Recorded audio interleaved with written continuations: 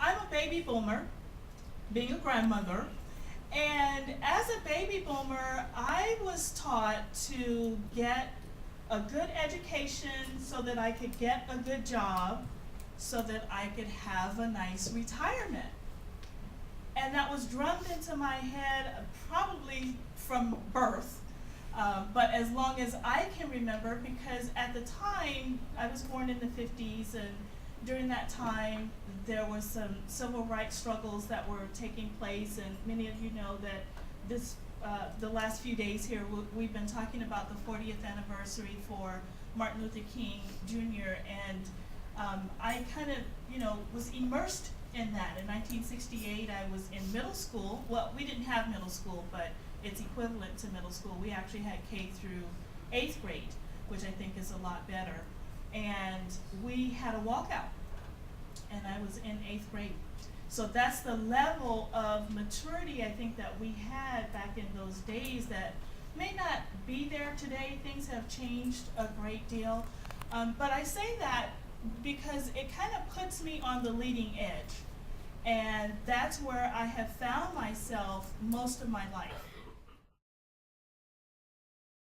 Then I found myself at age around 25 really wanting to go to school then. I didn't get into school immediately after high school. So about 25 I started college at the community college level, and I talked to my desert friends over there about going to community college versus going to a 4-year college starting out. And so I went to community college, and it just revolutionized my life.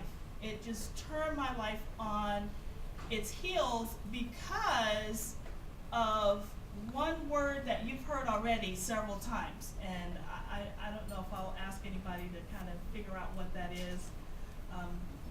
Lisa Marie said it, Debbie said it, and it's basically the word friends. I developed friends at community college that made me a whole different person. It just took me to places I never expected. And so by the time I was about 27, I was already sitting on boards of directors. And it was through the relationships and the friendships that I had begun to develop at community college. And so I'm saying this to you so that I can impress upon each of you how important it is to make friends, keep those friends, build relationships, because they will become your life. So, life it's a continuum. It happens, and you have to adjust and be flexible. Don't lock yourselves in. Definitely get your education. Definitely do that, but don't lock yourself in, because with technology, we don't know where we're going to be even 5 years from now. As a matter of fact, most of the jobs that you will apply for when you're job ready haven't even been thought of yet. Nobody knows what they're going to be yet. So how do you prepare yourself for something that you don't know? Go to school. When my parents taught me about education and the importance of getting a good education, they were looking at things like teaching, things like working in a corporation, working in factories, industrial things, where you could get jobs, but a lot of that is gone now. A lot of that you just don't see anymore. And so you really want to keep yourself flexible, get a good education, that's very important, but what was that other important word that I said? Friends. Keep your friends. Hold on to your friends, because you never know where they may be, even in an opportunity to help you as you progress through your life, and vice versa, because it doesn't go one way.